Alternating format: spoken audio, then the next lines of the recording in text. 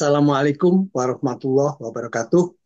Waalaikumsalam warahmatullahi wabarakatuh. Selamat pagi, salam sejahtera untuk kita semua, bapak-bapak, ibu-ibu, saudara-saudara, adik-adik semuanya. Di depan kita ini adalah Bapak Imam Prakoso. Beliau adalah dosen Universitas Gajah Mada. Ya, kalau orang dikatakan Gajah Mada, Universitas Gajah Mada itu wah, universitas terkenal. Bukan hanya di dalam negeri, di luar negeri pun kita yang di luar negeri mengakui Universitas Gajah Mada itu termasuk universitas yang di Indonesia adalah universitas yang menghasilkan pemimpin-pemimpin bangsa. Amin, Pemimpin-pemimpin amin. bangsa. Inovator-inovator bangsa. Ibu-ibu, bapak-bapak, saudara-saudara semuanya. Pada pagi hari ini kita sangat beruntung bertemu dengan ini kawula muda ini. Nggih. tapi semangat dan bobotnya luar biasa. Jadi saya ini adalah orang yang termasuk Nyuwun Sewu. Kalau panjenengan ini lahirnya kan tahun 90-an ya. Nggih, Iya. leres Bapak. Itu anak ragil saya. Oh. Nah, jadi saya ini kalau dilihat ya 72 tahun. 72 tahun. Jadi mengabdi kepada Republik Indonesia itu 40 tahun. Hmm. Resmi jadi pegawai negeri. Jadi kayak kata mau mengundurkan diri itu nggak boleh, mesti kayak pensiun gitu. Ya, tapi di saat di sini saya dihargai penuh, ya dihargai penuh. Jadi apa di sini ini adalah kesukaan saya ya seperti ini. Mereka menghargai prestasi. Nah, ibu-ibu, bapak-bapak, di depan saudara ini adalah Bapak Imam Prakoso, dosen Universitas Gajah Mada. Ya, saya bacakan CV secara singkat. Saudara Imam Prakoso ini lahir dan dibesarkan di Semarang, Jawa Tengah. Menempuh pendidikan S1 di program studi Bahasa, Sastra, dan Budaya Jawa. Fakultas Ilmu Budaya Universitas Gajah Mada. Setelah lulus, dia melanjutkan studi S2 dengan minat linguistik di program studi Pasca Sarjana Fakultas Ilmu Budaya UGM. Saat ini menjadi staf pengajar atau dosen, kalau di Amerika disebut profesor ya. Dosen Hmm. itu profesor. Di program studi Bahasa, Sastra, dan Budaya Jawa UGM. Ya. Tahun 1995 saya ini juga profesor. Hmm. Profesor Nggih. ya, tapi saya punya mahasiswa. Mahasiswa saya dulu itu diantaranya pernah 7 tahun di Jogja. Akhirnya sampai balik ke Amerika, buka program studi gamelan. Sip, Pak. Apresiasi sekali Saudara-saudara, saya. saya lanjutkan lagi ini. Ya. Beliau memiliki minat ketertarikan khusus pada kajian di bidang linguistik. Sama, saya ini fisika, Mas. Hmm. Tapi kesukaan saya terhadap linguistik itu sudah sejak 40 tahun yang lalu. Gitu loh. Jadi jangan dikira orang fisika itu nggak tahu linguistik ya. Jadi nanti saya berikan karya-karya linguistik saya. Pada kajian linguistik terutama di ranah pragmatik, bahasa dan penggunaan secara komunikatif. Beberapa hasil risetnya telah dihilirisasi ke dalam seminar atau diskusi ilmiah maupun di jurnal ilmiah dan prosiding. Selain itu, Bapak Imam Prakoso ini juga terlibat dalam sebuah lembaga di Fakultas Ilmu Budaya UGM, yaitu Pusat Kajian Jawa.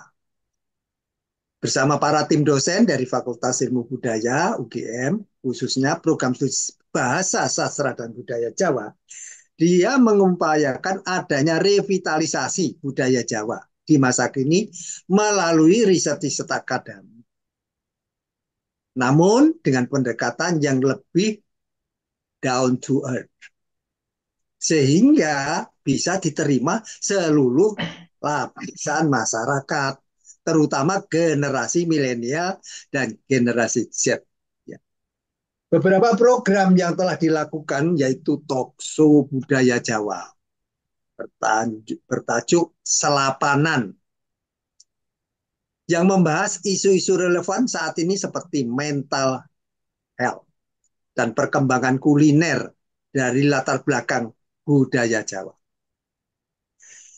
Selain itu, kegiatan workshop aksara Jawa secara daring juga menjadi bagian dari program yang dilaksanakan pada lembaga tersebut. Untuk jangka panjang, terdapat pula proyek yang sedang dikembangkan berupa tim pusaka Jawa, yaitu Javanese Language Test System, semacam tes kemampuan bahasa Jawa yang dirancang untuk berbagai keperluan termasuk keperluan profesional dan sertifikasi layaknya seperti IELTS atau TOEFL ya, dan juga museum wayang virtual.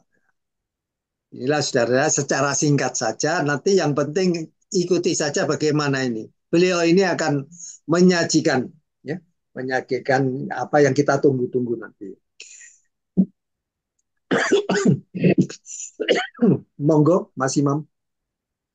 Oke, selamat pagi waktu Indonesia Barat dan selamat malam waktu di Amerika, gitu Pak. Sekarang, Yeah. eh, pertama-tama saya mengucapkan banyak terima kasih karena sudah dilibatkan dalam satu diskusi. Saya yakin ini satu diskusinya bentuknya diskusi santai, tapi juga apa ya, tentu ada nilai-nilai yang bisa dibilang berbobot lah, yang itu diinisiasi oleh Pak Dimyati melalui podcast ini. Dan di sini mungkin saya sebenarnya tidak hanya ini Pak, memberikan satu informasi, tapi saya sebenarnya juga ikut belajar juga bagaimana kita bisa berembuk bersama, diskusi bersama, membicarakan, kalau mungkin dalam tema ini mungkin lebih kepada budaya Jawa nih, karena ini juga berkaitan dengan latar belakang saya sebagai tenaga pengajar di Prodi Bahasa, Sastra, dan Budaya Jawa di UGM. Nah, untuk lebih tepatnya, mungkin kali ini kita akan membahas tentang satu upaya eh, bagaimana kita mencoba untuk merevitalisasi lagi budaya Jawa yang eh, istilahnya sebagian masyarakat, bahkan di Indonesia sendiri, Pak, itu sudah memiliki anggapan sebagai satu hal yang eh, hampir punah, seperti itulah. Nah, kita mencoba untuk menangkal apa ya, menangkal anggapan tersebut. Apakah benar demikian? Makanya atas keresahan tersebut kita kita punya inisiasi lah, sebagai satu bentuk kontribusi juga di Indonesia untuk tetap membawa kebudayaan Jawa itu sehingga tidak termakan oleh zaman, tetapi justru bisa menghidupi zaman juga karena hidup dan berkembang sesuai zamannya. Nah, saya juga salut dengan dedikasi Pak Dimyati juga yang tadi bercerita tentang bagaimana karirnya untuk apa bekerja di wilayah di ranah pemerintah juga, dan mau juga untuk mengumpulkan apa beberapa pembicara-pembicara yang lebih, tentunya lebih hebat dari saya melalui podcast ini untuk kembali, kalau mungkin saya mengistilahkan di istilah Jawa yang ngumpul ke balung pisah seperti itu. Itu satu hal yang sangat saya apresiasi, Setuju, Pak. Ya, setuju. ya. Itu apa namanya, bahkan saya pun tidak terpikirkan seperti itu Pak. Itu Pak, meskipun saya muda tetapi saya juga harus mengakui Bapak itu sebenarnya melalui program ringan seperti ini podcast, tapi menurut saya berbobot itu lebih satu step ahead daripada saya. Nah, di sini izinkan saya juga untuk mungkin saya bisa membagikan satu. Nah, ini sebenarnya satu profil, Pak. Bentuknya proposal sebenarnya. Tetapi di dalamnya memang ada beberapa poin yang sekiranya bisa menjadi apa ya hal-hal yang perlu disampaikan secara substantif. Nah, apa yang dimaksud dengan pusat kajian Jawa dan apa tujuannya dan apa saja programnya, apa harapan kami, siapa saja yang terlibat di dalamnya dan lain-lainnya itu saya kira penting untuk disampaikan di sini. Jadi pertama memang seperti yang saya jelaskan tadi, Pusaka Jawa atau Pusat Kajian Jawa itu kami bentuk atas apa ya istilahnya respon yang menjadi keresahan kami bahwa eh, zaman semakin berkembang pesat, tentu saja kita bisa melihat penggunaan media sosial itu sangat pesat sekali, bahkan teknologi yang lain juga mulai bermunculan, artificial intelligence dan lain sebagainya. Nah, tantangan kami, Pak, di Fakultas Ilmu Budaya di prodi kami Bahasa Sastra dan Budaya Jawa, bisakah kebudayaan Jawa itu bersanding juga dengan kemajuan zaman yang pesat ini yang bahkan penuh disrupsi juga ya. Kalau kita tidak hati-hati itu bisa mengakibatkan bumerang bagi kita, informasi yang apa palsu atau hoax, kemudian ujaran kebencian dan lain sebagainya. Nah, di sini kita juga berusaha untuk tetap memasukkan apa ya, sari dari nilai-nilai budaya Jawa itu sendiri.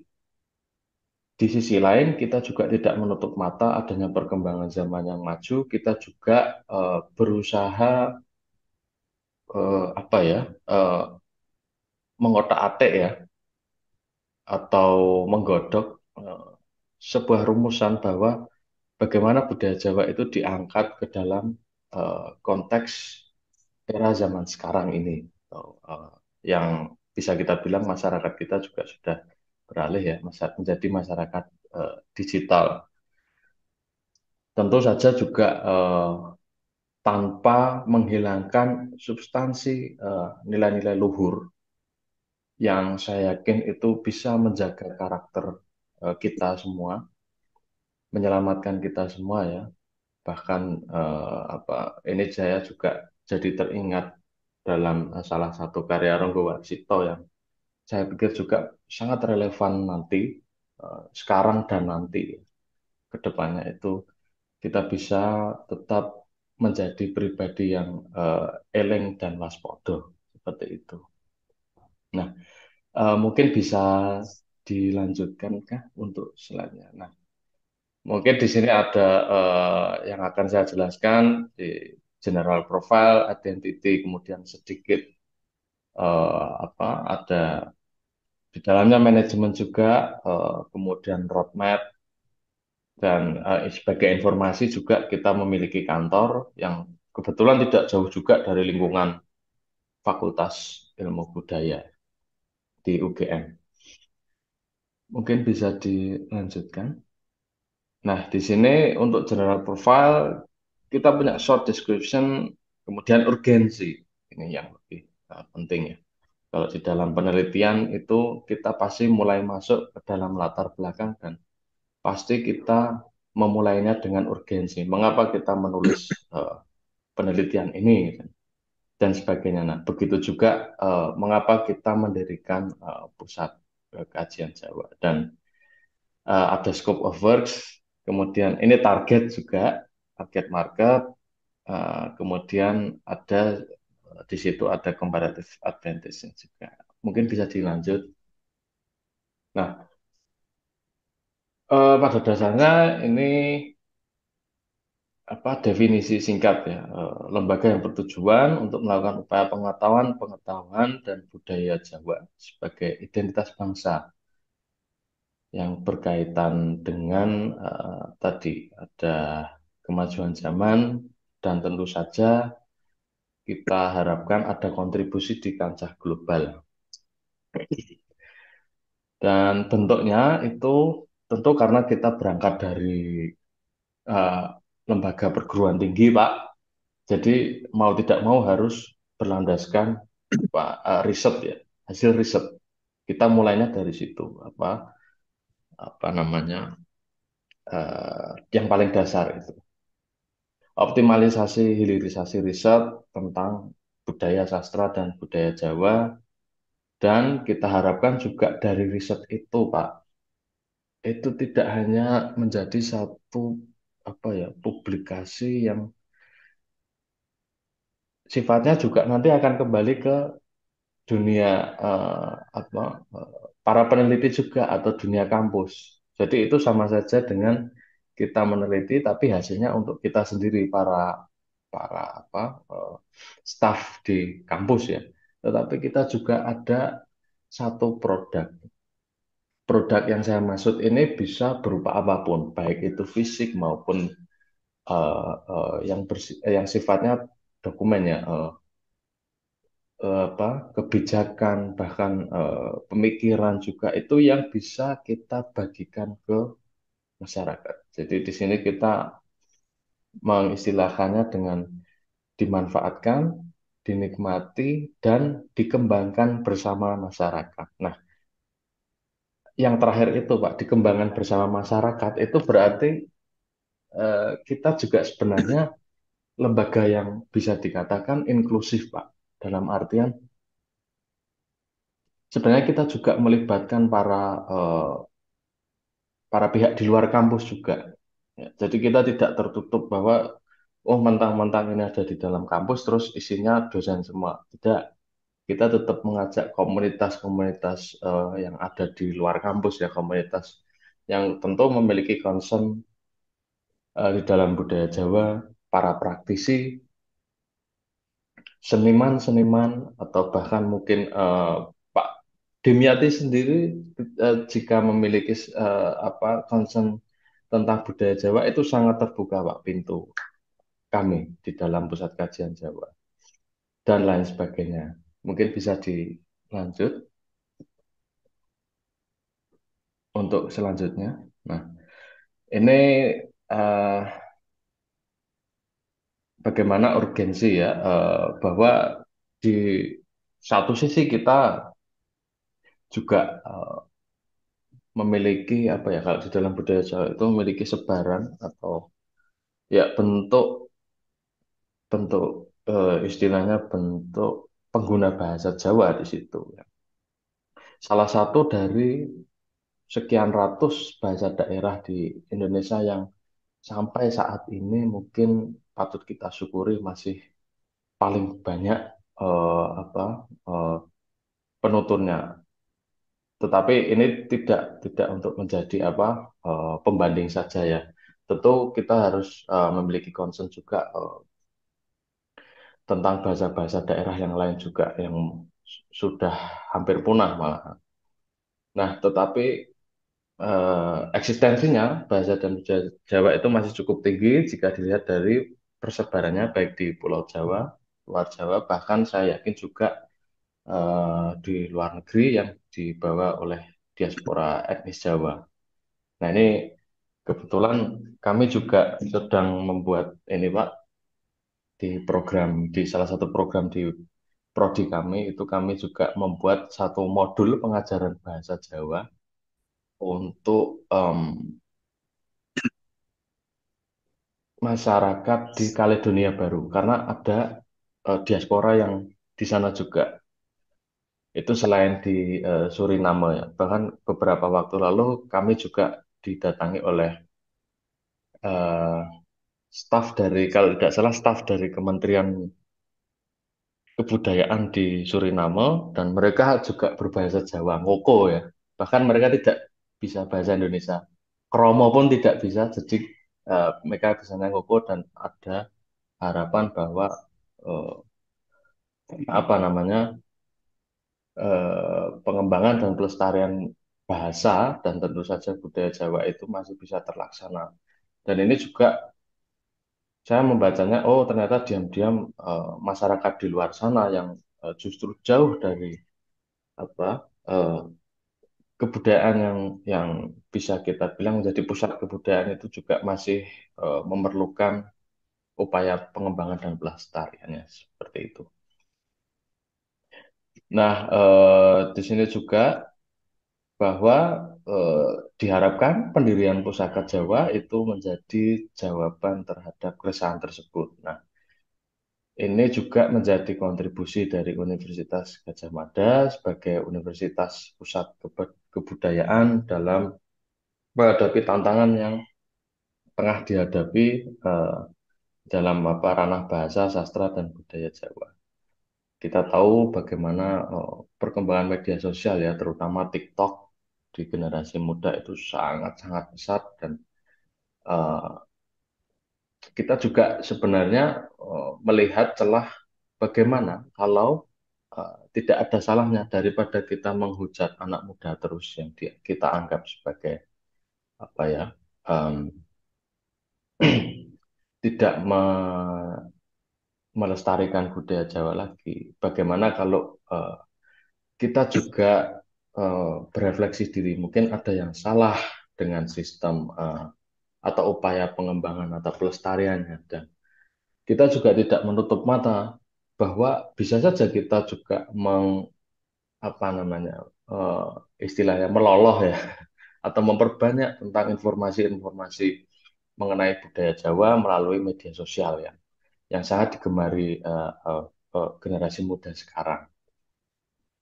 Nah, melalui program-program Pusaka Jawa, pelestarian dan pengarusan bahasa, sastra, dan budaya Jawa akan dilakukan sehingga objek pemajuannya itu senantiasa diwariskan dari generasi ke generasi. Jadi tetap ada apa ya transformasi pengetahuan Pak dari masa ke masa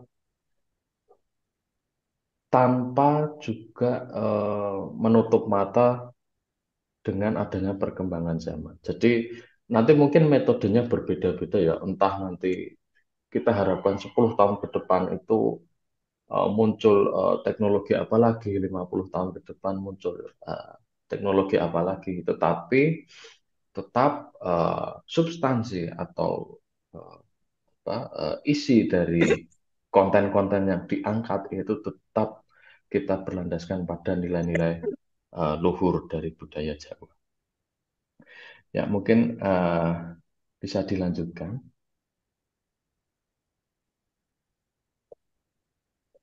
Nah, ini scope of work eh, kita, Pak. Ini sebenarnya kita juga karena lembaga ini sifatnya apa ya,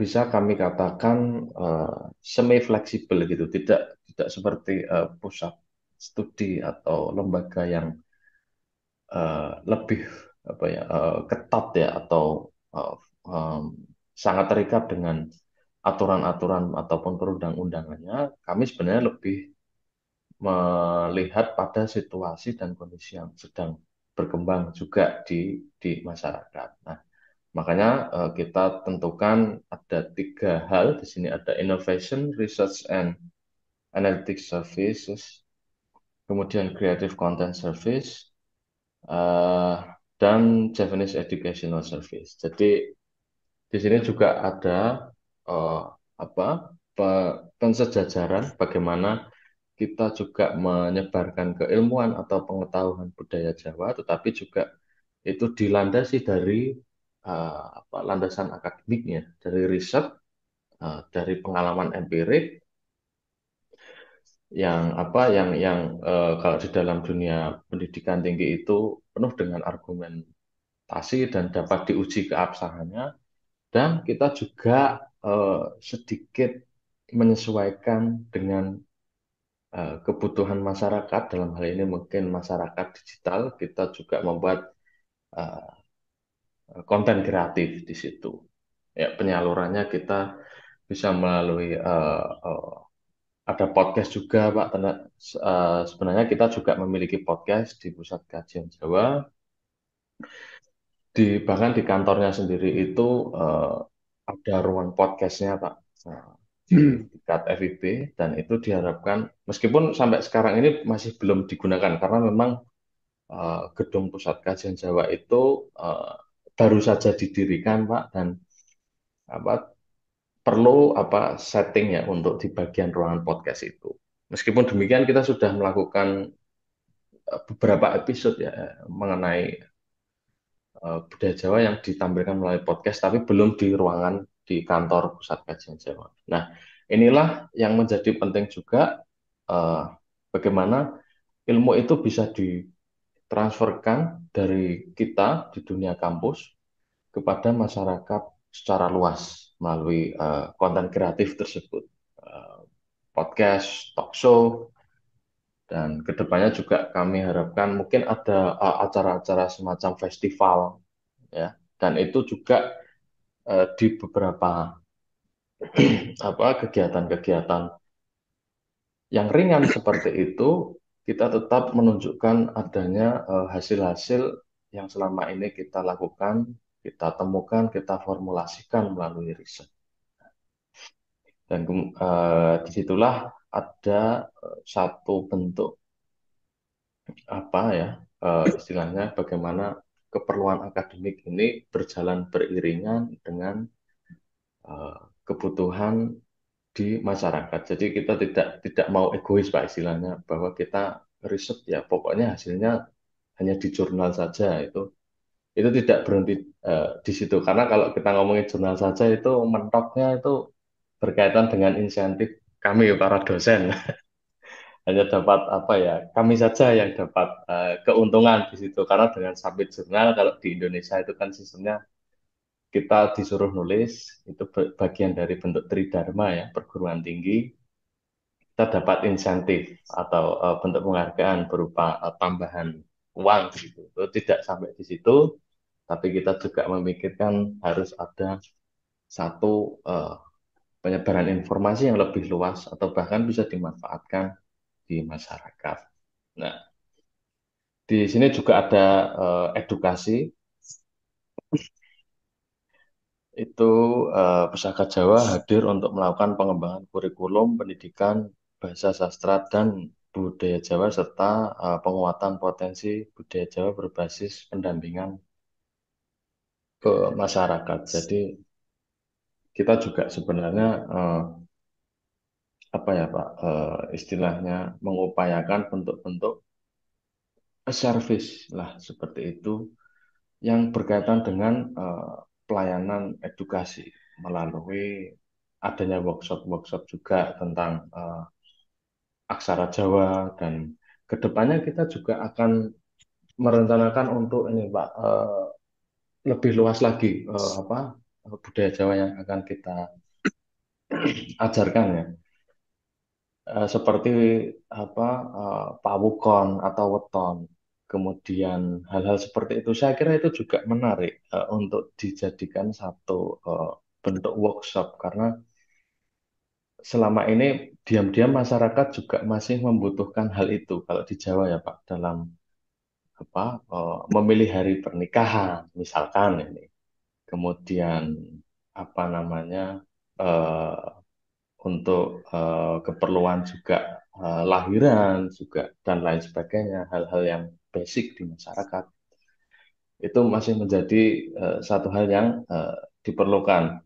Kemudian ada juga kesenian seperti tari juga atau bahkan kesenian mocopat ya Pak itu kedepannya akan kita lakukan seperti itu. Nah mungkin bisa dilanjut. Nah ini yang saya maksud inklusivitas dari em, pusaka Jawa itu bahwa kita itu menargetkannya ada bermacam-macam bentuk lembaga ya ada tentu publik di situ ada milenial dan Gen Z ini sebenarnya milenial dan Gen Z itu bukan berarti generasi yang lebih tua itu kita abaikan tidak ya Pak ini hanya menjadi salah satu concern kita saja karena memang pada saat ini kita memang mau tidak mau dihadapkan pada kenyataan bahwa eh, mereka ini adalah mungkin termasuk saya juga nggih Pak itu em, calon pemegang apa ya estafet itu untuk bisa membawakan budaya Jawa di masa depan. Jadi makanya kita memiliki concern ke mereka juga. Kemudian komunitas, penggiat budaya, dan masyarakat diaspora Jawa.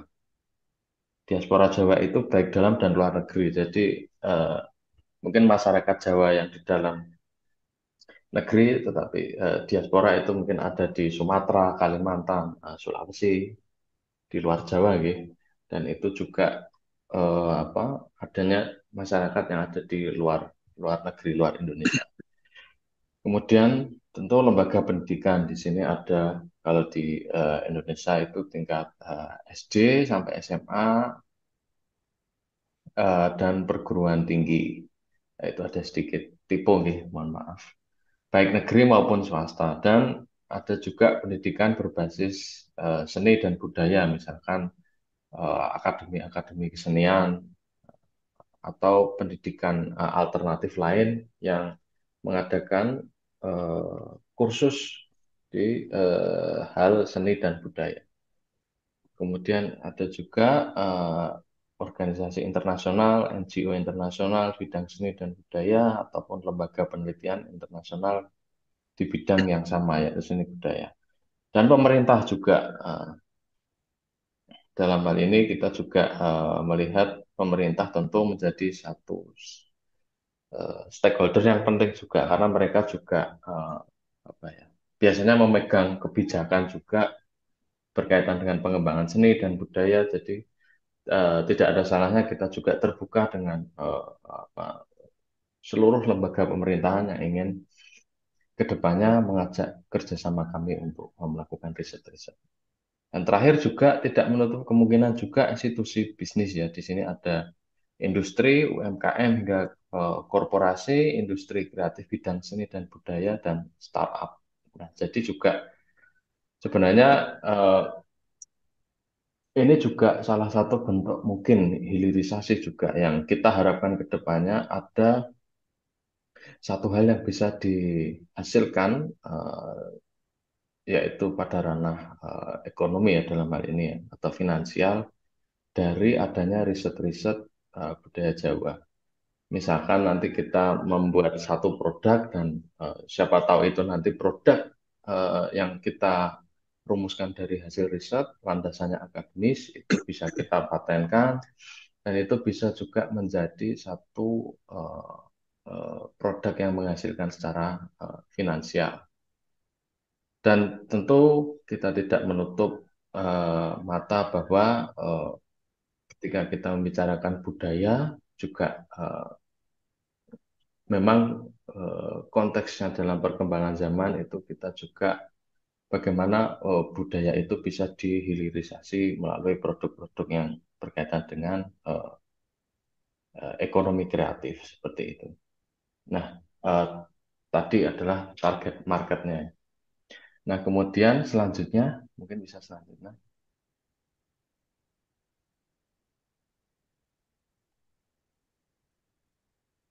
Nah, mungkin ini dilewati saja, ya, karena ini hanya apa tadi berkaitan dengan, ya, nah ini identity, ada nama, logo, warna, dan institution image dan media lain. Mungkin bisa lanjut saja. Nah, ini Pak. Jadi kalau Bapak perhatikan itu huruf P-nya itu sebenarnya merongko, Pak. Itu kan kayak Sarung keris. keris ya, kerangkanya Ya, keris. ya, sarung keris itu P-nya itu.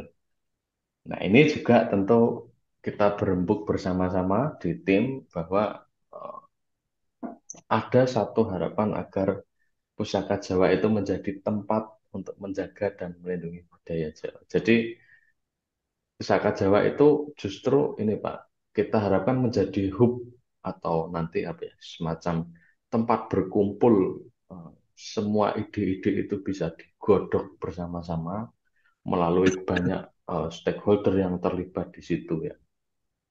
Seperti tadi yang ada di target market, ya, eh, para apa mitra yang kami harapkan juga bisa ikut merumuskan satu hilirisasi riset bersama-sama.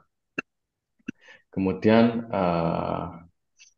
ada juga beberapa warna yang kami pilih ya dengan pertimbangan-pertimbangannya. Dan tentu saja kita juga agak memilih warna yang sedikit ya menyesuaikan zaman lah, Pak. Agak sedikit pop gitu. Dan tentu saja Pusaka Jawa ini merupakan akronim dari Pusat Kajian Jawa. Karena tadinya kita sempat ingin mencari nama yang lain, misalkan di dalam bahasa Inggris kalau tidak salah.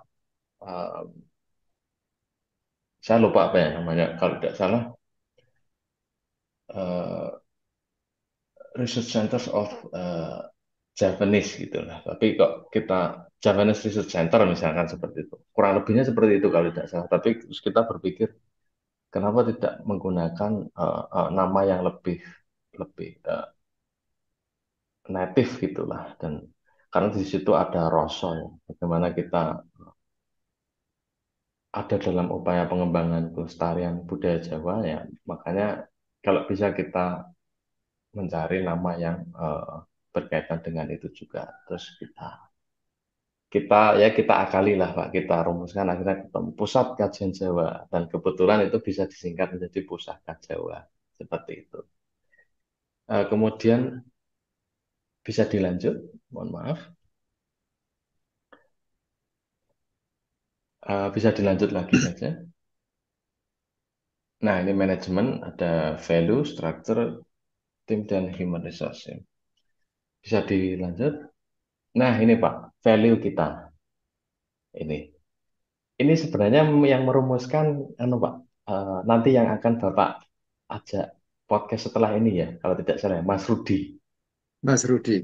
Ya, Nggih. itu Mas Rudi itu memang apa ya, istilahnya ahli lah di bidang apa ya, sastra ya Pak ya, dan beliau kan juga seorang praktisi seni ya, seorang dalang, jadi pengetahuan tentang pengistilahan atau apa peribahasa-peribahasa di dalam budaya Jawa itu cukup cukup komprehensif sekali. Nah, ini ide dari Mas Rudi kemudian kita rumuskan sedemikian rupa ya. Jadi ada hamong, di situ ada hamot dan hamomangkat. Itu di kantor juga kita pasang itu Pak, depan gede gitu. Ya dengan dicetak dengan aksara Jawa ya. Nah, tiga value ini juga menjadi landasan penting bagi kita untuk selalu menjaga roadmap pusaka Jawa ini ke depannya. Itu menjadi apa ya, visi dan misi kita ke depannya itu. Among di sini memberdayakan dan mendampingi masyarakat. Nah, kita justru uh, mendahulukan masyarakat di sini, Pak, paling atas sendiri, karena memang balik lagi ini bukan untuk kampus semata, uh, tapi juga kita ingin me, apa ya, karena kalau di dalam di Indonesia sendiri itu harus kita akui masih ada anggapan berupa gap yang tinggi ya antara pengetahuan di dunia kampus dan masyarakat secara luas. Nah, kita ingin memangkas itu, Pak.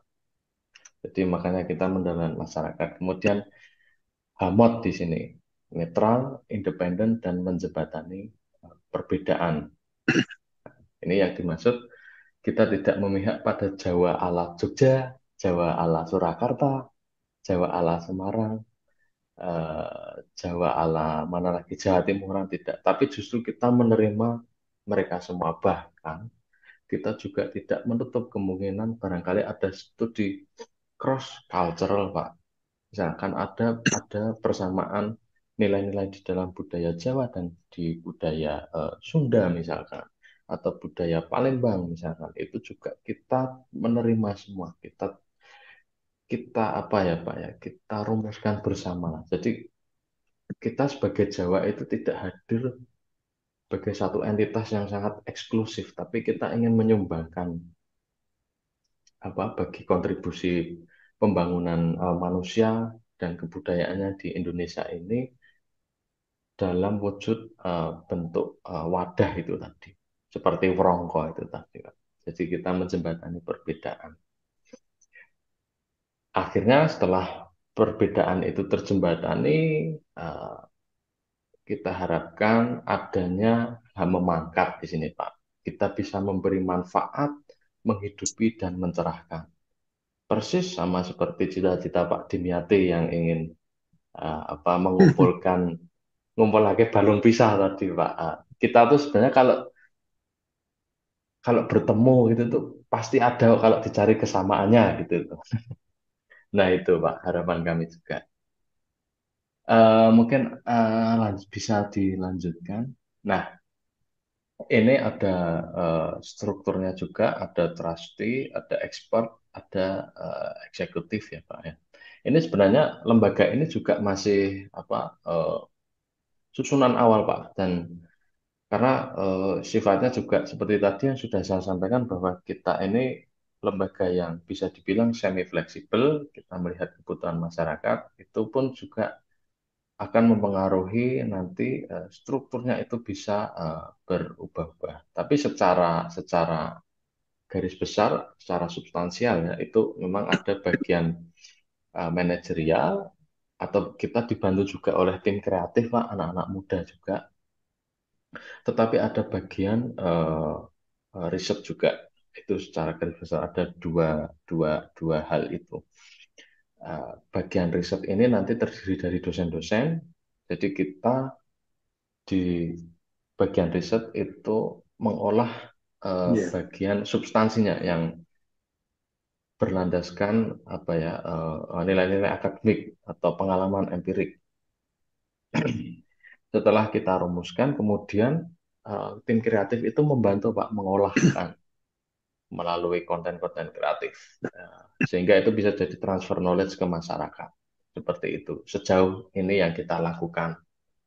Ada executive director juga, strategic consultation service director, dan lain sebagainya di situ ya. Bisa dilanjut mungkin. Nah, ini juga apa, eh, sementara yang kita susun ya Pak ya. Jadi di Trustee ini juga ada Pak Majelis Wali Amanat ya, Pak iya. Pratikno itu sebagai Ini penggagas. bagus ini apa? Buat expertnya juga bagus ini. Ya, ya, dan Sambil buat anu timing segi timing Mas. oh ya ya, Mas. oke oke, Ya. ngapunten. Ya, mungkin bisa dilanjut, Mas, atau Pak. Ya, bisa dilanjut lagi saja.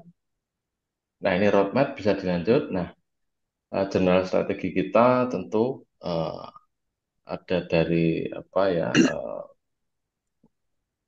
scalable. Kita juga menggunakan skala prioritas sehingga nanti bisa menjadi bahan evaluasi yang apakah bisa kita ulangi lagi ya. Di situ ada repeatable atau keberlanjutannya, dan tentu saja ini berasal dari ide-ide kreatif ya. Di situ ada nimble dari aspek akademik juga, dan akhirnya apakah bisa menimbulkan profit. Nah, kalau memungkinkan seperti itu ya. Kemudian dilanjut lagi saja Mas. Pak. Lanjut lagi saja.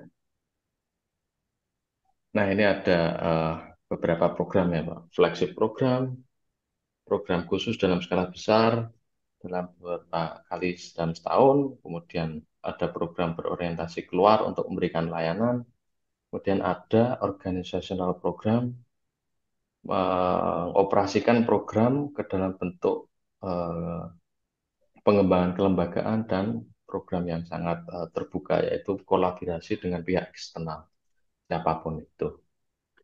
Eh, Mungkin bisa dilanjut saja.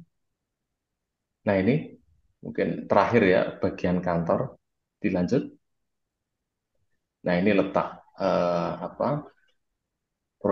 kantor Pusaka Jawa ada di dekat Fakultas Ilmu Budaya juga.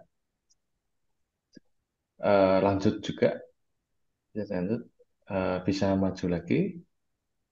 Nah, ini konsep apa namanya yang kita sebenarnya ini sudah jadi Pak seperti ini. Uh, Kurang lebihnya seperti ini tentang Bagus. tempatnya. Oke. Jadi seperti ini Pak, co-working space gitu. Jadi memang sehingga nanti bisa jadi tempat diskusi, tempat macam-macam Pak, merumuskan program di situ nanti juga rencananya akan ada perpustakaan juga, beberapa kegiatan diskusi juga sudah kita lakukan Pak.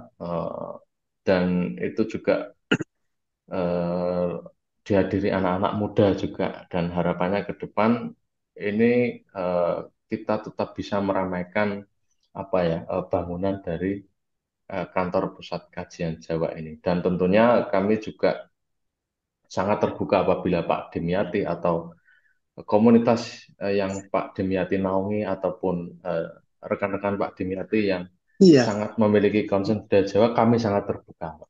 ini memang saya Nah, tunggu-tunggu. Saya tunggu-tunggu. ya, Gih, mungkin kurang lebihnya seperti itu, Gih. Yang perlu yang saya perlu sampaikan, mungkin cukup ya ini juga, Iya, ya, iya, iya. ya. Ini Nah, saya sangat berbahagia ini. Pagi hari ini ya, pagi hari ya, Indonesia ya. ya, Karena ini sudah saya tunggu-tunggu lama sekali. Dan saya mencari cara kontak sana, kontak sini. hmm, Yang saya temukan, Nyun Sewu. Jadi saya ini suka dengan generasi muda. ya, Kenapa? Umumnya mereka open minded, ya, ada jiwa keterbukaan. Kalau saya ikuti semua tadi filosofi pusaka Jawa itu terbuka sebetulnya, hmm, terbuka. Kenapa kita mendapatkan Nyun Sewu lagi, orang-orang tua kita, tokoh-tokoh kita, senior-senior kita, kadang-kadang harga mati, nggak mau sama sekali geser. hmm, hmm, Dan ini, Nyun Sewu, generasi muda milenial, Melayu, Mas. ya, ya, Ini yang saya ngeri. hmm. Bangsaku jadi bangsa apa nanti? Kalau hanya ini budayanya sendiri saja kok ngaku nih rumongso paling Ya, wes ya, ini yang terbaik di dunia nggak boleh geser sedikit pun. ya, ya, ya, Inilah yang tadi saya itu kadang-kadang minta jadi narasumber ini tak pancing-pancing. Kadang-kadang tak pancing. Saya ini agak nakal. Nakalnya itu sebetulnya bisa nggak ada semacam kolaborasi. Padahal tadi hmm, ada muncul. Itu yang saya tunggu. hmm, Itu yang saya tunggu. Bisa nggak kita mendapatkan masukan? Masukan itu jangan kocone dewe, dulure hmm, dewe, anak hmm, buahnya dewe. ya, Nah ini nyuwun sewu lagi. Ini budaya Jawa, budaya Madura, budaya Bali, dan umumnya orang sampai se-Asia. Sampai Asia itu sampai ke Rusia loh ternyata. Nyuwun sewu. Jadi aku sudah keluyuran ngalor ngidul. Saya wah, membandingkan itu karakteristik budaya. Ternyata yang di Jawa, Sunda, Madura, Bali, ini sampai ke Sumatera itu betul-betul, waduh, bagus. Kalau saya katakan itu asal usulnya bagus. Tapi kalau setelah sekarang sosmednya tambah gila-gilaan begini, bukan lagi bagus lagi. hmm. Di budaya Jawa itu mestinya dengan adanya fasilitas ini tuh mestinya lebih bagus, malah amburadul. Amburadul. Tapi nggak apa-apa. Nanti ini kan saya melihat ada jiwa keterbukaan. Ada jiwa keterbukaan itu. Jadi pakem itu tidak ada satupun. Pakemnya itu ini. Tambahin Ya, dikit boleh nggak? Dosa nggak? Nah, apa ini tidak dosa sebetulnya. Jadi kalau misalnya umpama gamelan ini tak imbui gitar didik piye loh. hmm. Loh, gamelan ini tak imbui gitar. Bagaimana kalau ditambahi drum? Bagaimana ditambahi apa biola? Lawang itu pengayaan. Kalau katanya generasi milenial, menurut saya itu pengayaan, improvisasi. Makanya kalau saya jenengan nanti mau saya kirim itu yang keroncong Madura itu saya Oke. melihat analisisnya itu improvisasi sudah sampai dicampur sampai rap juga, sampai ke rap. Nah, ternyata saya juga melihat tokoh-tokoh senior di Madura yang menerima rap itu. Mula-mula saya sendiri berat juga. Tetapi setelah saya Hmm, dengarkan apa bahasanya. Ternyata bahasanya itu tidak seperti yang kita duga bahwa itu bahasanya mesti uraan. hmm, Bahasanya itu mesti ngaco. Bahasanya itu pasti ngajak perang, ngajak mukul orang. Ternyata bahasanya itu nasihat di sini. Dan ternyata juga sampai ke musik-musik rap yang ada di Amerika itu banyak banyak sindiran. hmm. Ya, sementara itu barangkali jenengan bisa menyimpulkan satu dua kalimat, Mas. Ya, baik. Jadi eh, saya ulangi lagi, sekali lagi, terima kasih atas kesempatan podcast ini dan harapan kami melalui program-program yang ada di Pusaka Jawa, tentu kami menerima keterbukaan semua pihak. Dan meskipun kami ada di lembaga perguruan tinggi, itu bukan berarti kami yang paling mengetahui tentang seluk-beluk budaya Jawa yang ada di seluruh dunia. Justru kita juga memerlukan semua pihak yang mereka lebih tahu. Saya yakin di luar sana, di luar kampus kita, itu masih banyak sekali ahli-ahli yang bahkan kami perlu juga untuk bagaimana kita bisa merumuskan bersama. Bahkan kami juga belajar bersama untuk bersama-sama membangun manusia dan kebudayaan demi kemajuan NKRI tercinta ini. Jadi menurut saya itu, Pak. Matur suwun. Terima kasih ibu-ibu Ya, bapak sekalian. Ini kesempatan yang luar biasa. Nanti bisa Anda ikuti di YouTube, TikTok ataupun Mas sosmed-sosmed yang lain. ya. Ini baru baru yang pertama. Dan saya Oh anggap ya, baru ya, seada bahwa ya, kata pusaka Jawa itu bukan berarti seperti hanya keris, bukan ya. ya, Ternyata pusat kajian. Jadi pusat ya, kajian itu akan menelurkan banyak dan perlu kolaborasi dan lain-lain. ya. Terima kasih Mas Imam Prakoso, ibu-ibu bapak-bapak sekalian. Assalamualaikum warahmatullahi wabarakatuh. Selamat pagi, salam Waalaikumsalam sejahtera untuk warahmatullahi kita semuanya. wabarakatuh. Atur nuwun, Bapak.